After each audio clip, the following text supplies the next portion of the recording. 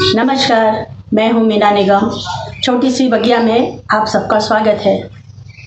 आज हम आपसे एक ऐसे पौधे के बारे में चर्चा करेंगे जो औषधि है और आजकल वो बहुत चर्चा में है। हाँ, उसका नाम है एलो। एलो करीब 400 रसीले पुष्पित पौधों की एक प्रजाति में आता है। इसमें सबसे आम और सुविख्यात जो है उसको घृत कुमारी या ट्रू एलो बोलते हैं। यह एक औषधि पौधा है ना। ये अफ्रीका मूल से संबंधित है। ये दक्षिण अफ्रीका के पहाड़ों और द्वीपों में बहुतायत से पाया जाता है और ये इसमें बहुत सारी वैरायटी होती है और इस पौधे में बहुत सुंदर सुंदर फूल आते हैं। किसी में रेड कलर के बड़े लंबे लंबे हो जाते हैं, बहुत छोटे छोटे से आते हैं, कुछ ज़्यादा कटीले होते हैं और इनकी तो जाति ही यही है कि वो जो एलोवेरा है इसमें कांटे वाला तो होता ही है, लेकिन कांटों के साथ ये बहुत ही गुणकारी है। इससे बहुत सारे फायदे होते हैं। पौधा तो देखने के लिए बहुत छोटा सा है, लोग कहते हैं कैक्टस है, इसको बाहर निकाल दो, लेकिन ये बहुत फ़ायदेमंद होता है और आजकल तो इससे बहुत सारी दवाइयाँ बनाई जाती हैं। मेडिसिनल प्लांट जिसको कहते हैं ये है। इसमें से कुछ इस पौधे की कुछ प्रजातियाँ इस तरह से हैं, जैसे हम कहते हैं mountain aloe, coral aloe, Cape aloe और वेरेडी फ्लोरा और कैंडिला, ऐसे। तो इस तरह की ये प्रजातियां हैं। ये सारी प्रजातियां काम तो सबके वही हैं, लेकिन कुछ हमारे जो भारतवर्ष में जो पाए जाते हैं उनमें से एक पौधा हमारे घर भी है जिसको हम लोग ज़्यादातर यूज़ करते हैं और लेकिन इसका वैज्ञानिक नाम जो है वो एलो है। हम लोग सब कोई इसको एलोवेरा के नाम से जानते हैं। इसको घृत कुमारी भी बोलते हैं और नहीं तो इसको ग्वार पाठा भी इसको कहते हैं और इसका बहुत ही हमारे दैनिक जीवन में भी बहुत सारा यूज़ होता रहता है। तो आज हम चलिए इसी के बारे में थोड़ा चर्चा करते हैं।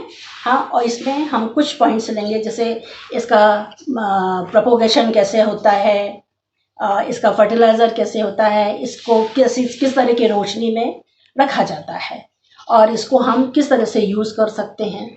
चलिए देखते हैं। आइए देखते हैं ये एलोवेरा के प्लांट को हम कैसे लगाते हैं। एलोवेरा के प्लांट को लगाने के लिए हमें एक इस तरह से या कैसे भी हो एक गमले को लेना है, पॉट को लेना है जिसमें इसका ड्रेनेज होल हमारे लिए बहुत हो। देखिए इसमें खूब अच्छा सा बड़ा सा होल है ना, और जिसमें ये होल रखने से ये होता है कि इसका पानी जो होता है अच्छे से ड्रेन हो जाता है।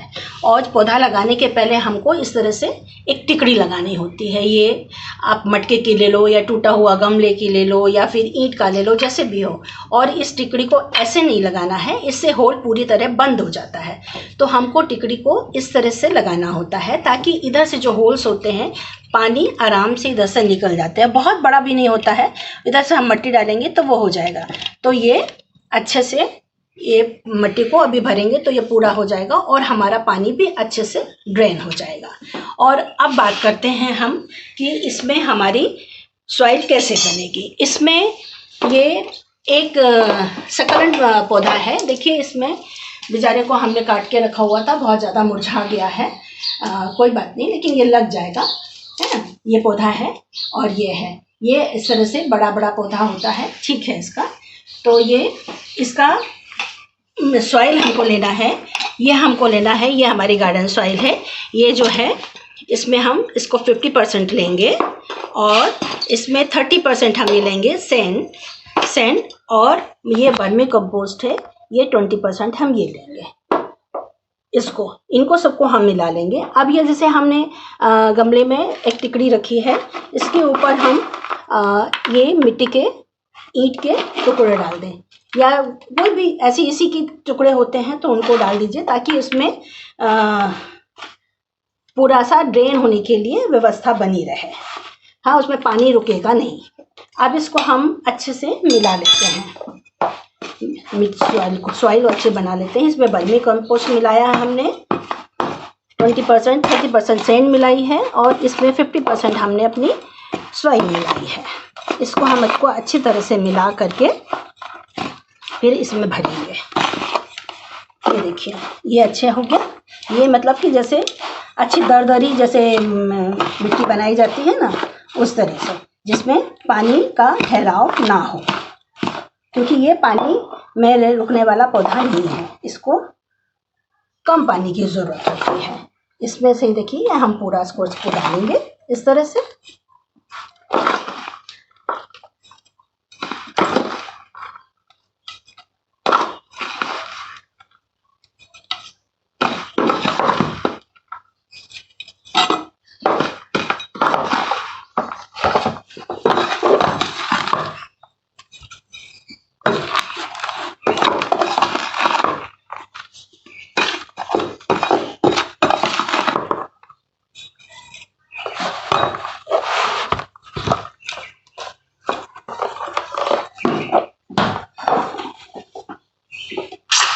देखिए, या तो हम इसमें से जो ये है पौधा, जो इसमें से ये देखिए ये है ना, ये इसको भी हम निकाल सकते हैं, ये भी हमको लग जाएगा।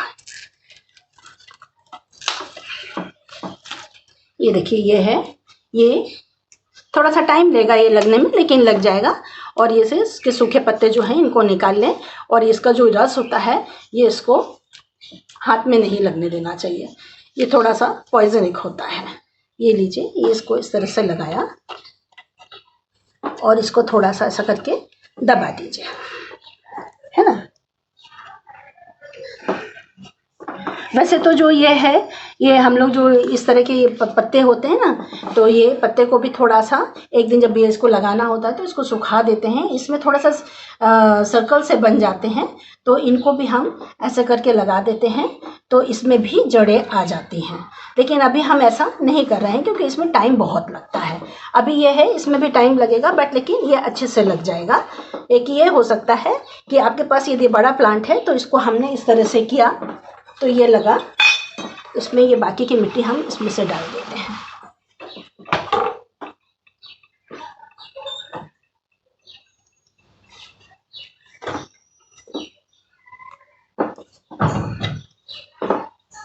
ये देखिए ऐसे ही इसको हमने दबा दिया, है ना। ये हो गया। अब हम इसमें पानी डालेंगे, इसका काम हो गया। इसे अब हम हटा देते हैं।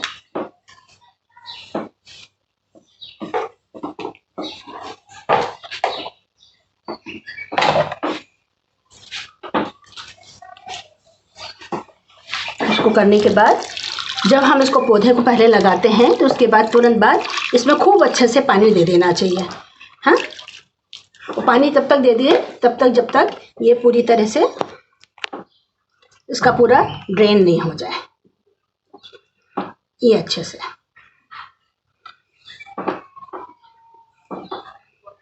ये देखिए ये पूरी तरह से गमले से बाहर आ गया है, निकल रहा है। ये देखिए ये पूरा ड्रेन हो गया पानी, है ना। और जो प्लेट हम नीचे लगाते हैं तो उसको उसका पानी पूरा भरे नहीं रहने देना है, उसको हमेशा खाली कर देना है, नहीं तो ये वापस सक होकर के पानी ऊपर मिट्टी में पूरा सक कर जाता है।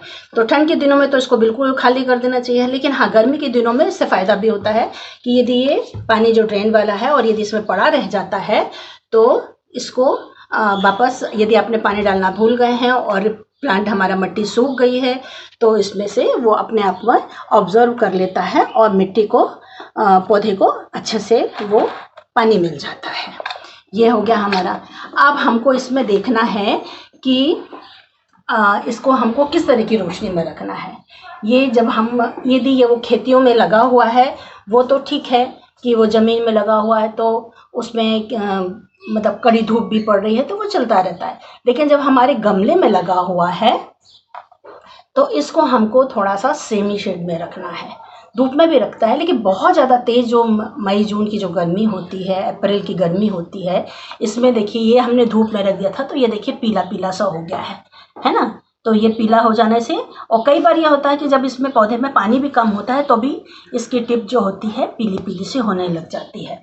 तो इसको उस तरह से ध्यान देना पड़ता है कि हमको कैसे रखना है। ठंड के दिनों में तो कड़क धूप में चलता है, और वैसे है गर्मी में तो इसको कम से कम 3-4 घंटे की तो धूप चाहिए।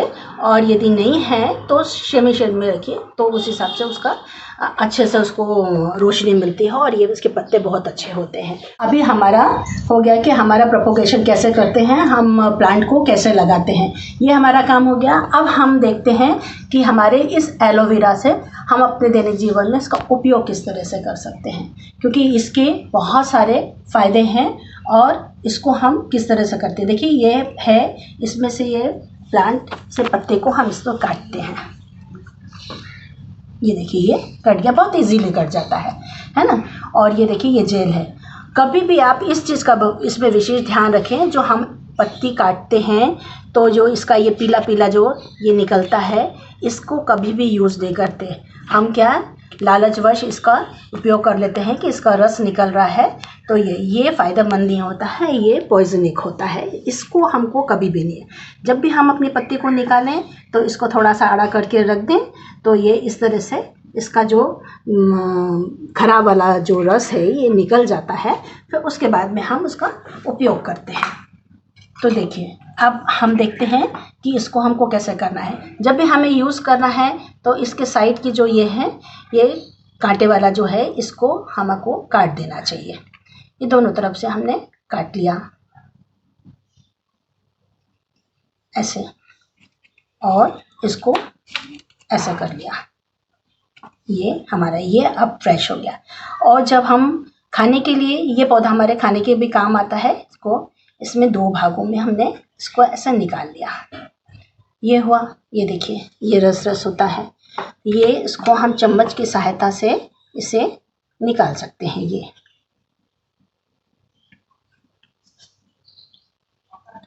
तो कई लोग इसको खाने के और जूस बनाने के काम आते हैं। ये आप इस तरह से आप रस को निकाल लीजिए और पूरा, और इसको आप मिक्सी में पीस करके इसको अपने फ्रिज में रख सकते हैं, है ना।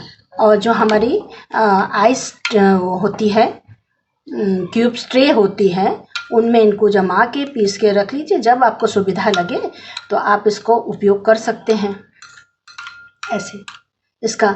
हाँ, आजकल सब लोग इसको बालों में भी बहुत अच्छे से लगाते हैं। जो ये रस है इसका, इनको बालों में भी बहुत अच्छे से लगाते हैं।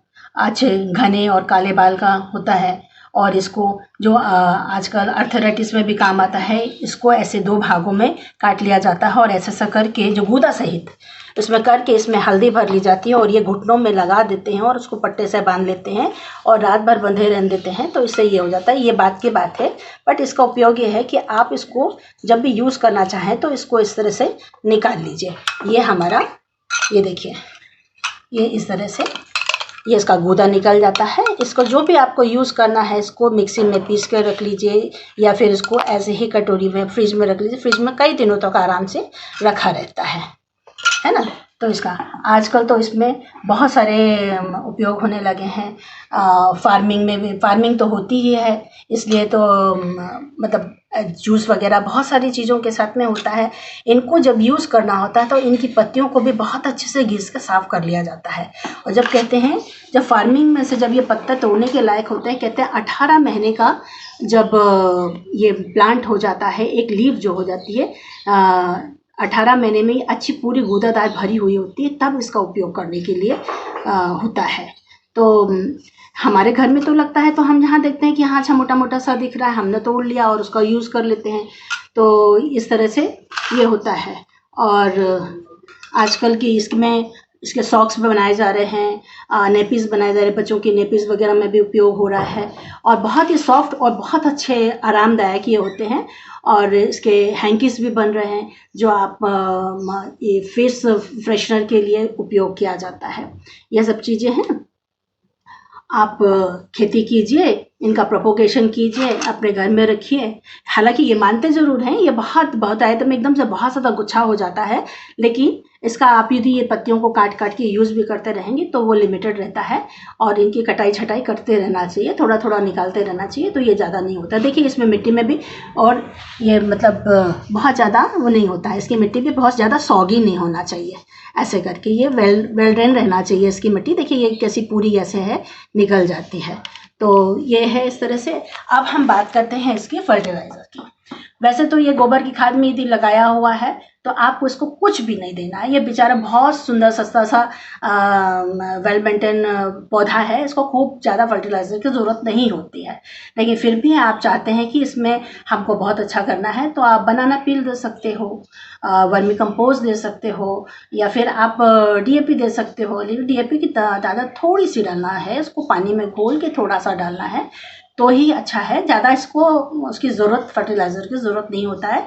ये सूरज की रोशनी से ही अपने आप में खूब अच्छा सा पनप जाता है। इसको प्रॉपर इसकी रोशनी उसको मिलती है तो इसमें कोई दिक्कत नहीं होती है, और ये अपना से अपने आप बना रहा। और बहुत ही हार्डी सा पौधा है ये, खूब एक बार आपके पास आ गया है तो ये कहीं नहीं जाने वाला। इसको कुछ, बस इसको इसका खान पान और इसकी मिट्टी का ध्यान रखना होता है कि आपको इसको किस किस तरह की रोशनी में है, कभी इसको अंदर कभी बाहर करना पड़ता है। ये थोड़ी सी मेहनत ज़रूर होती है बट लेकिन बहुत अच्छा पौधा है। तो आप इसको लगाइए, इसका यूज़ करिए, और कॉस्मेटिक्स में भी बहुत अच्छा यूज़ होता है इसका। तो अपने आप को सुंदर बनाइए। अभी आजकल लॉकडाउन है, लॉकडाउन में पार्लर बंद हैं, आप इसी से बढ़िया अपना फेशियल कीजिए और सुंदर बने रहिए। ये तो हो गया हमारी पूर्ण जानकारी एलोवेरा के ऊपर में। आशा करती हूँ कि आपको ये जानकारी अच्छी लगी होगी। अच्छी लगी है तो आप मेरे इस चैनल को सब्सक्राइब कीजिए, लाइक कीजिए, कमेंट्स कीजिए और शेयर कीजिए। शेयर करेंगे तो दूसरे लोग भी इसका फ़ायदा उठा पाएंगे। और मैं आपको फिर मिलती हूँ एक दूसरे नए वीडियो के साथ में। नमस्कार।